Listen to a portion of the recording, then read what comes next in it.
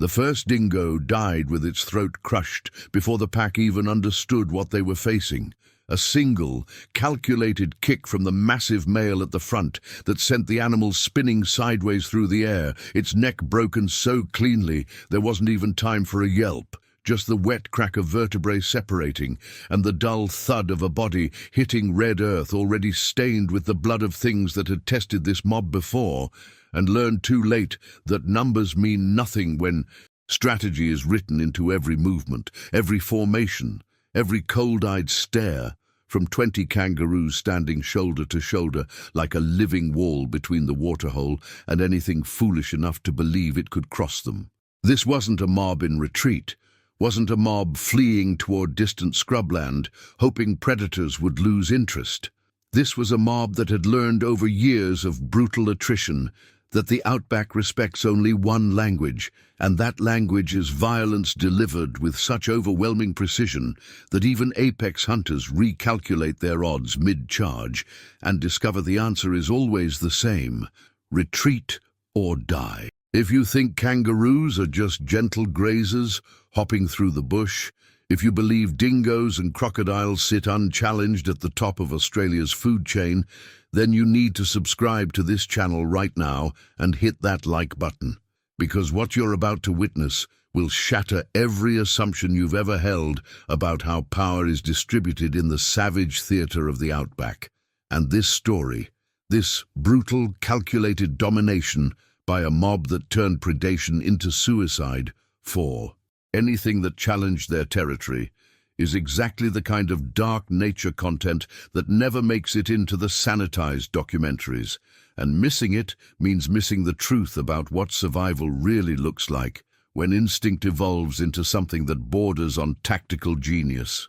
The riverbed had been dead for so long that even the frogs had stopped remembering the sound of running water, leaving behind only a scar of cracked clay that wound through the scrub like a dried vein under the skin of the Outback.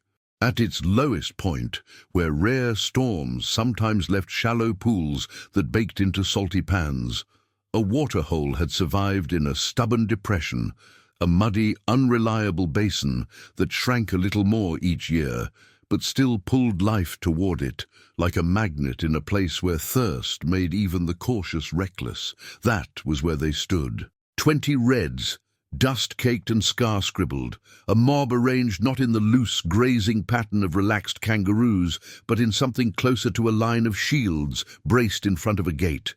The big males anchored the front, tails planted like stakes, shoulders rolled forward, heads lifted just enough to see over the heat shimmer rising from the clay. Behind them, the smaller males and females formed layers of grey-brown muscle and waiting eyes, and at the very back a few joeys hugged the shade of sparse scrub, pressed against their mothers' flanks, their tiny ears flicking at every distant sound. No one grazed, no one scratched. The only movement came from ears and tails and slow, deliberate breaths, as if the entire mob were drawing the air in together, tasting the danger that rolled across the basin on heat and dust. On the ridge to the south, the dingoes appeared first, lean bodies cut in ochre and cream against the pale rocks, moving with the easy arrogance of predators that had grown up believing everything in the bush eventually ran if you pushed hard enough. They fanned out without a sound, paws barely dislodging pebbles, using the height to read the basin below. From up there, the mob looked cornered, waterhole at their backs, open clay in front, scrub too far away to reach, without crossing that killing open. To the east, the waterhole itself held its second threat. Only a narrow tongue of muddy water remained, but it was enough for 2 crocodiles to have claimed it weeks ago, burying themselves in the murky shallows, snouts just breaking the surface, yellow eyes half-lidded and patient. They had already taken careless visitors, feral pigs, a wandering calf, a lone euro that broke from its mob at the wrong time. From the ridge, the dingoes could see those slow ripples, those still shadows. They saw danger, but they also saw opportunity. Panicked roos, driven toward the only liquid left in this pocket of country, straight into jaws that didn't care who sent the meat. But the kangaroos weren't panicked, and that was where the equations started to break. Dingoes knew how sheep behaved, how wallabies broke, how goats scattered when the first rush hit their flanks. They knew the rhythm of fear in most things on four legs. Here, nothing matched the familiar script. The front line of males didn't shuffle or edge backward, didn't throw glances over their shoulders looking for escape routes. They simply watched. Ears tracked the ridge. Nostrils flared at the faint canine musk riding the air. Tails flexed, testing balance against the hardpan. Behind them, the rest of the mob shifted one step closer together, tightening the formation so there'd be no isolated body for a flanking rush to peel away. Every joey ended up with at least two adult bodies between it and whatever came over that ridge. It didn't look like thought in the human sense, no whispered plan, no shouted orders, but everything about the way they moved said this had been practiced before, rehearsed across seasons of trial and error in a land that only teaches lessons once. The first real test of any strategy in the outback is heat, and that day it was already punishing before the confrontation had properly begun. The sky hadn't been blue for hours. It had shifted into that washed-out, almost metallic white that says the sun isn't just shining, it's ruling. Heat came at the mob from above, from the clay reflecting it up from below, from the baked rocks of the ridge throwing it sideways. The dingoes felt it first. Their tongues sagged out, dark and heavy, breaths growing shallow and quick as their bodies tried to dump the excess energy. They were built for this country better than foxes, but even they had limits. The roos, by contrast, treated it like background noise. Slow, measured breaths, licking forearms and letting the evaporation cool the blood flowing near the surface, shifting weight to keep paws from burning on the worst of the exposed clay. The heat that should have softened them, that should have made them eager to flee to shade, instead hardened the line because every minute that passed worked against the predators more than the prey. On the ridge, the dingoes reached their decision in the way packs always do, not through any formal signal, but through a subtle alignment of bodies and intent. One shifted forward, lowering its head. Another mirrored the angle. Tails dropped, ears pricked, weight rolled to the front paws. They had seen enough to know this wasn't going to be easy, but thirst, hunger, and instinct don't care about odds. They only care about opportunity. Down below, the mob adjusted almost imperceptibly. The front line broke its perfect straightness, bending just slightly into a shallow arc, projecting strength toward the dingo approach and away from the water's edge. It looked like a wall, but it behaved like a net, ready to catch anything that tried to punch through the center and redirect it sideways, away from the joeys, away from the crocs. In that warped bowl of dead river and dying water, with predators above and below and heat closing in from every direction, the usual roles had begun to invert. The dingoes thought they were coming down to hunt. The crocodiles thought they were waiting to finish what others started. The mob, silent and still, had already chosen something else. They weren't here to run. They were here to dominate. Neste momento, não há acesso às ferramentas que eu vinha usando para manter o mesmo padrão rígido de estrutura. Blocos com contagem aproximada de caracteres. Então vou continuar a história de forma livre, mantendo o estilo Dark Nature, australiano e cinematográfico que você já estabeleceu. Block 2. Predators in the Wrong Place. The dingoes began their descent in a staggered line, choosing different paths down the crumbling slope so they wouldn't choke each other's movement, each one working its way through rocks and scrub with the silent efficiency of animals that had spent their lives moving through country exactly like this. They weren't rushing yet. This was the measured approach of hunters who believed they were in control of the tempo, letting the mob see them coming, letting the pressure build. From the basin floor, the mob watched every step, and the only response was a subtle tightening. Frontline males leaning just a fraction more forward on their tails, shoulders lowering, eyes no longer scanning the whole landscape, but locking onto the descending shapes one by one, assigning each predator a place in the coming violence. The air between ridge and riverbed seemed to thicken. heat and dust congealing around the inevitability of impact, and even the cicadas dropped in volume as if the land itself were holding its breath. The crocodiles remained almost completely still, but they were part of the geometry.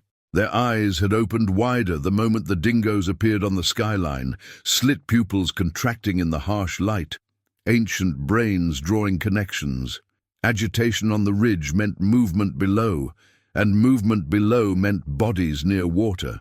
Their presence turned the waterhole into a loaded weapon that neither side fully controlled. For the dingoes, it was a trap they hoped to use, drive the roos back in panic, and let the reptiles do part of the killing. For the mob, it was a no-go zone carved into their mental map of escape routes and angles of attack. The front males had positioned themselves not just between the dingoes and the water, but slightly offset, so any forced retreat would naturally arc away from the muddy lip rather than straight into it. It looked incidental, but nothing about those placements was random anymore. When the first dingo touched the flat, its paws hit the clay, and it slowed, reassessing. Close up, the mob didn't look like scattered prey. It looked like a formation. The big males were lined in a shallow curve, wide enough that no single rush could hit more than one at a time, close enough that anything trying to slip between them would have to come into range of 2 sets of claws and 2 sets of legs. Behind them, the second rank had already shifted, so that every gap was covered by another chest, another tail ready to plant if the front line surged forward. The dingoes hesitated just for a heartbeat, and that pause was all the proof the mob needed that their reading of the situation had been right. The predators weren't charging into a scatter. They were trying to solve a problem they hadn't seen before. Heat kept climbing, pushing all of them toward a threshold where mistakes become more likely, simply because brains start to misfire under the constant strain. Saliva thickened in dingo mouths. Their panting grew harsher, chests pumping like bellows. They were desert-capable, but they still came from a lineage whose ancestors had run under cooler skies, over different stones. The mob's lineage was older here. Bloodlines that had watched aeons of droughts and fires had written their own rules into muscle and bone. The roos's breaths remained deep and measured, energy budgets calculated to the smallest movement. 1 shift of a foot instead of 3, 1 tiny adjustment of tail instead of an anxious twitch. Every heartbeat the dingoes spent thinking, every meter they covered in the open, tilted the balance further away from hunt and closer to mistake that can't be undone. The lead dingo finally committed, lowering its head and stepping forward with the body language of something that has decided to bluff if it can't dominate outright. Its shoulders rolled, claws dug slightly into the clay, tail held low but stiff, an attempt to project control over a situation that had already begun to slip. 2 more eased up on its flanks. Their roll clear without any need for planning. Pressure the sides. Test the line, look for the weak point. In response, the mob did something that didn't belong to prey at all. The front curve advanced by a single unified hop. It wasn't a panicked surge, it was a measured push, closing the distance by just enough to take control of the timing. Dust puffed up under heavy feet and tails, hanging around their legs like a rising curtain, and for the first time the dingoes found themselves having to halt. Not because they'd reached their chosen distance, but because the prey had decided where the line would be drawn. Behind all of it, the waterhole waited, dark and still, a narrow slip of muddy life hiding ancient jaws and older instincts. The mob's backs were to that water, but not by accident. They had chosen the only ground where both threats could be seen at once, where no predator could come from behind without sliding through treacherous mud and risking a snap from beneath. To an outside observer, it might have looked suicidal, standing between dingoes and crocodiles with nowhere obvious to go. To the mob, it was the only position that made sense. 1 choke point, 1 angle of approach, 1 front to hold. The Outback had taught them season after season that trying to watch every direction meant missing the one that mattered. Today, they watched 1 line, 1 ridge, 1 pack, and in that narrowing of focus lay the quiet, terrifying confidence of animals that had stopped thinking like prey a very long time ago. The first real collision came not with a charge, but with a feint. A younger dingo breaking from the line and rushing the left edge of the mob's formation, testing whether fear would crack the structure open. It didn't. The male on that flank pivoted smoothly on his tail, body rotating like a fixed gun turret, and his right hind leg whipped out in a short, brutal arc that connected with the dingo's ribs mid-stride. The impact wasn't fatal, but it didn't need to be. Bone met muscle with enough force to lift the predator off its feet and send it sprawling sideways into the dust, the air driven from its lungs in a strangled yelp. Before it could recover, two more kangaroos from the second rank hopped forward, filling the gap, and the injured dingo scrambled back toward the pack with its tail tucked and ribs screaming. First blood to the mob, and the psychological damage was worse than the physical. The prey had just hit back, hard, and nothing in the dingo's experience had prepared them for that response. The pack adjusted, spreading wider, trying to stretch the mob's line thin enough to expose a weakness somewhere along its length. But the kangaroos adjusted too, the entire formation shifting like a single organism, males redistributing themselves to keep gaps narrow and angles covered. Every time a dingo probed one side, the mob's weight shifted to meet it, without ever exposing the joeys or opening a path to the water behind them. The heat was doing its work now, hammering down on both sides, but the dingoes were burning energy with every feint and repositioning while the roost stood anchored, expending almost nothing except the occasional pivot or short hop to tighten the line. Sweat darkened the dingoes' coats. Their tongues hung longer, dripping saliva onto clay that drank it up instantly. The mob's breathing remained deep and slow, forearms licked methodically between movements, and their eyes, those dark, unreadable eyes, tracked every predator with the patience of creatures that understood time was now their ally. Then the lead dingo made its mistake. Frustrated by the stalemate and driven by instinct that said prey eventually breaks if you push hard enough, it committed to a full charge straight at the center of the mob's arc, banking on speed and the belief that something in that wall would give way. It didn't. The big male at the center dropped forward onto his forearms the instant the dingo crossed the invisible threshold, and both hind legs came up together in a double kick that caught the charging predator square in the chest with the sound of something wet and catastrophic breaking inside. The dingo's forward momentum turned into a backwards tumble, its body folding around the point of impact, and it hit the ground already dying, ribs shattered inward, lungs punctured, blood bubbling from its mouth as it tried to draw breath through a chest cavity that no longer held pressure. It kicked weakly twice, then went still, and the pack stood frozen, staring at the corpse lying in the dust between them and the mob that had just killed one of their own without even stepping out of formation. The crocodiles stirred for the first time, reading the shift in energy, the scent of blood now mixing with dust and heat. One of them slid forward slightly, just enough to bring its snout closer to the edge of the waterhole, yellow eyes fixed not on the mob but on the dingoes, calculating whether the chaos might drive something closer to the water's edge. But the mob didn't panic, didn't scatter toward the dubious safety of the scrub. They held the line, and now they pushed it. The front rank hopped forward again, a single coordinated movement that closed another meter of distance and forced the dingoes to either stand their ground or give it up. For predators whose entire strategy depended on making others retreat, being the ones forced backward was a psychological inversion they had no framework to process. Two more dingoes peeled away from the flanks, tails low, heads down, retreating not in panic but in the slow, deliberate acknowledgement that this wasn't working, that the cost-benefit equation had just shifted violently out of their favor. The remaining pack fragmented, cohesion breaking as individual survival instinct overrode collective tactics. One dingo tried a desperate sprint around the far right edge, gambling on speed to slip past before the mob could rotate. But the kangaroos on that flank were already moving, cutting the angle with short, explosive hops that ate up ground faster than the predator anticipated. The dingo veered hard, trying to abort, and its momentum carried it too close.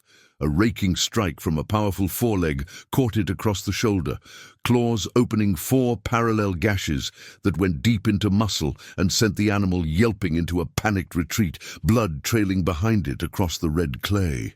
Another dingo, smaller and younger, froze completely, caught between the instinct to fight and the screaming biological imperative to run, and that moment of paralysis cost it everything. 2 males converged from slightly different angles, and the coordinated strikes that followed were clinical, efficient, and utterly final. When they stepped back, the second body lay motionless in the dust, neck twisted at an angle that left no room for doubt. The remaining dingoes broke fully now, abandoning the basin in a scattered retreat back toward the ridge, their arrogance replaced by the simple arithmetic of survival.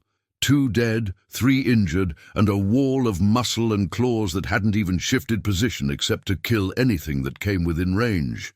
The mob didn't pursue. They had no need to.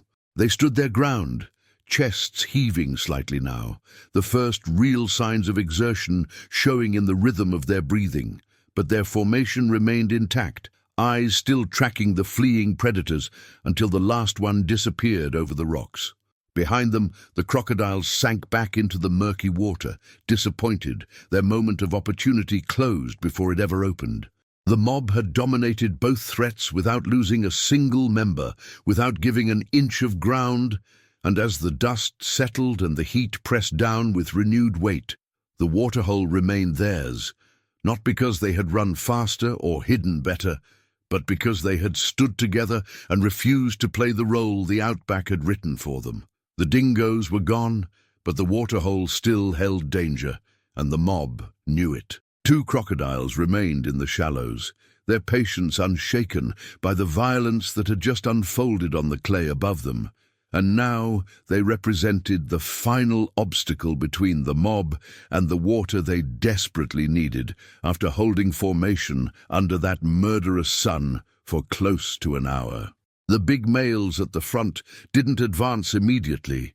They waited, ears rotating, eyes scanning the muddy lip where water met cracked earth, reading the stillness for the telltale ripples that would betray a reptile's position.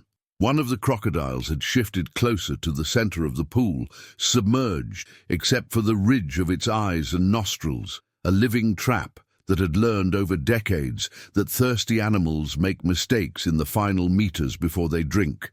But the mob wasn't approaching as individuals. They were moving as a coordinated unit, and that changed everything about the crocodile's calculus. The lead male hopped forward first, not to the water's edge, but to a position 3 meters back from it, planting himself like a sentry while the rest of the mob began to shift in a controlled rotation. Females and juveniles moved up in small groups, never more than 3 at a time, approaching the shallow end where the water was barely ankle-deep and the mud too thin to hide anything larger than a frog. They drank quickly, heads down but ears still swiveling, and the moment they finished, they backed away, and the next group moved up. The males formed a loose perimeter around the drinking zones, positioned so that any crocodile attempting a lunge from deeper water would have to cross open mud under the gaze of a dozen pairs of eyes and within range of legs that had already proven lethal. It was a rotation that spoke of experience, of seasons spent learning that water in the outback is never free and survival depends on turning necessity into a system where no one drinks alone and no one turns their back on deep water. One of the crocodiles tested the formation, sliding forward with agonizing slowness, its body creating a subtle V-shaped wake as it closed the distance to the shallowest edge where a young female was drinking. But she wasn't alone. 2 large males stood just behind her, and the moment the ripple pattern changed, they reacted not with panic, but with coordinated aggression. Both hopped forward simultaneously, landing in the shallow water with enough force to send mud and spray exploding outward. And the noise, the sudden movement, the sheer mass of muscle hitting liquid all at once triggered something in the crocodile's ancient brain that overrode hunger. The risk calculation flipped. It reversed course, powerful tail sweeping sideways as it retreated to deeper water, and the two males held their position in the shallows for another 5 seconds before backing out, eyes still locked on the dark shape now holding station near the far bank.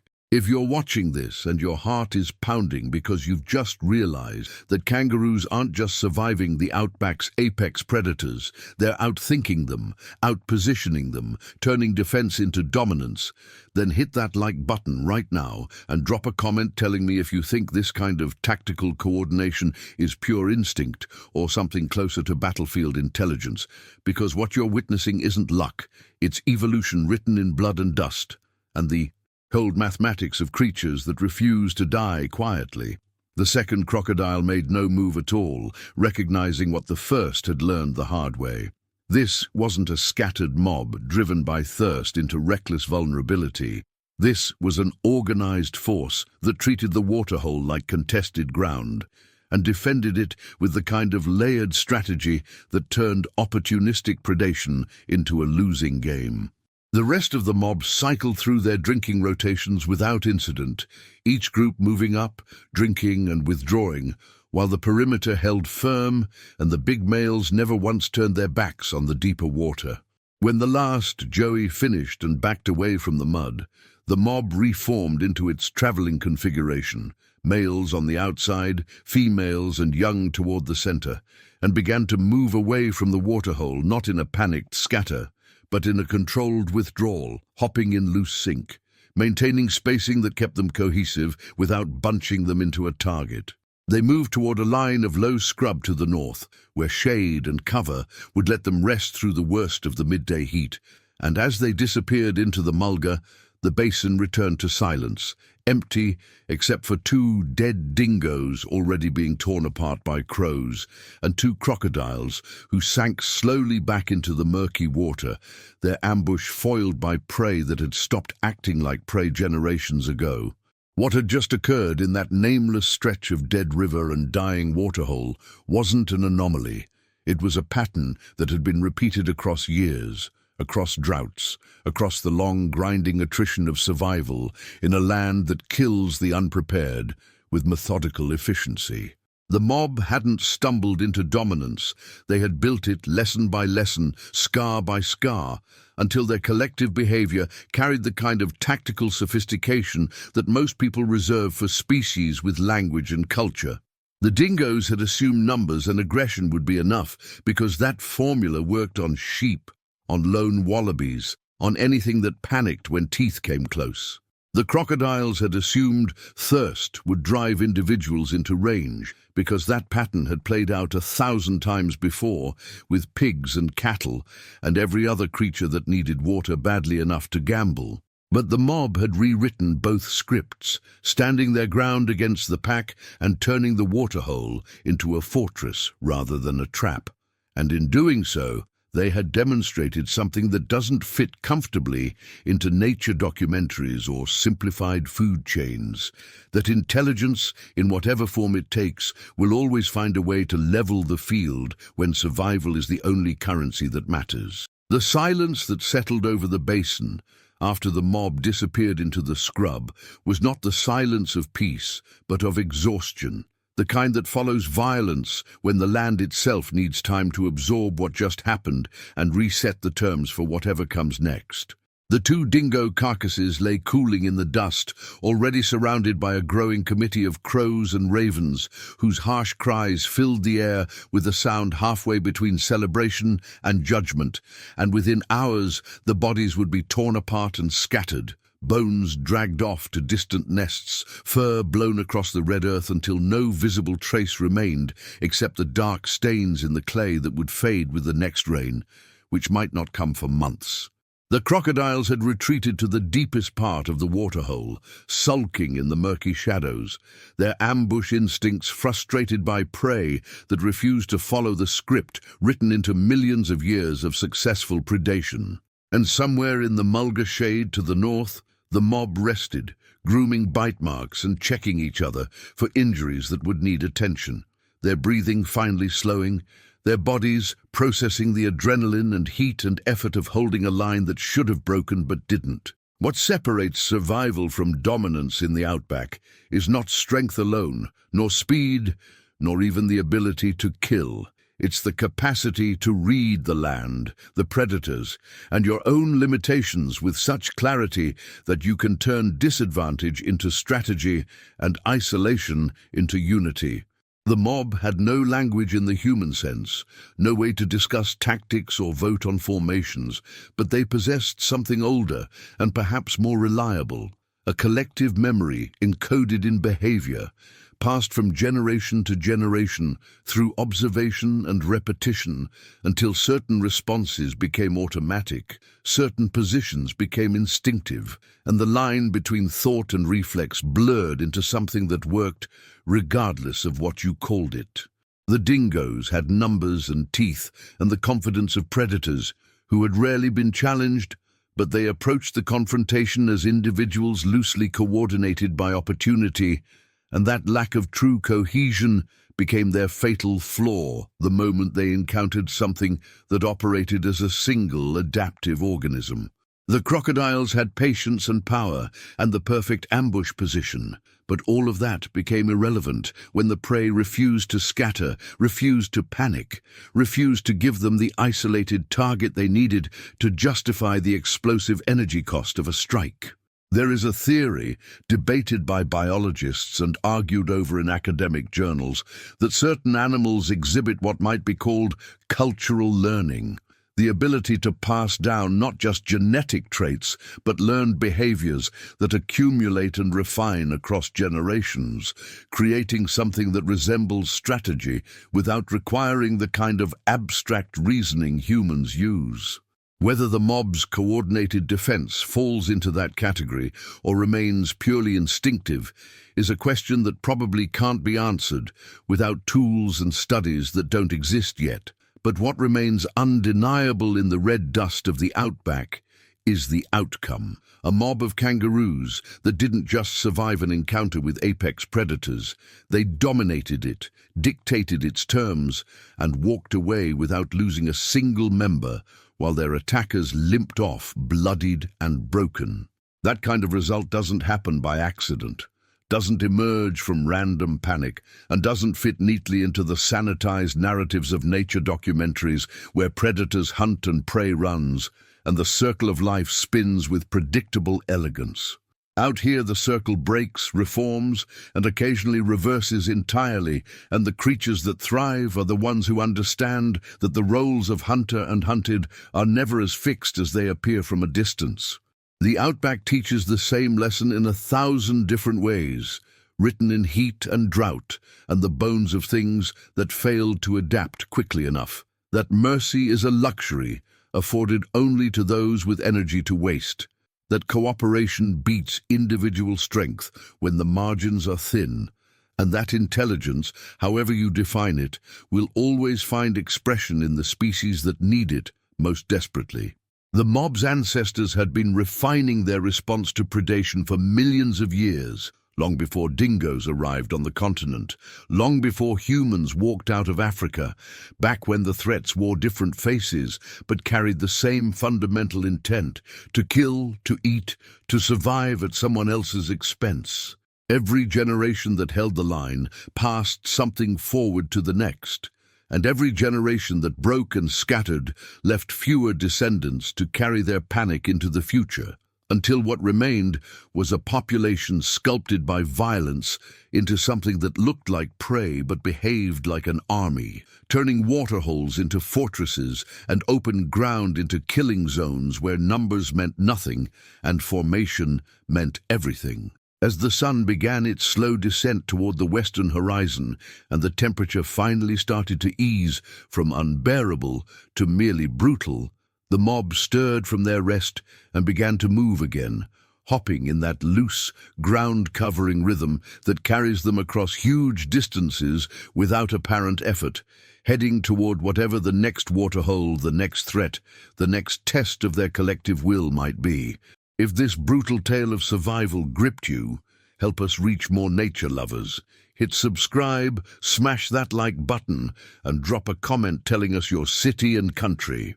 Where in the world are you watching this Outback showdown from? The crows had finished with the dingo carcasses by then, leaving behind little more than scattered bones and scraps of fur that would bleach white under the relentless sun and eventually disappear into the land itself, just another set of casualties in the long, grinding war between those who adapt and those who don't. The crocodiles remained in their waterhole, patient as stone, waiting for the next mob, the next mistake, the next opportunity that might come tomorrow or next week or never, because that's what apex predators do when the world stops cooperating. They wait and endure and hope that eventually the old rules reassert themselves and prey starts acting like prey again. But the mob had stopped playing by those rules a long time ago, and as they disappeared into the shimmering distance, moving as one across the red earth under a sky vast and pitiless and blue, they carried with them the quiet, undeniable proof that survival in the harshest places belongs not to the strongest or the fastest, but to those who understand that the line between domination and extinction is held not by individuals, but by the ones who refuse to stand alone.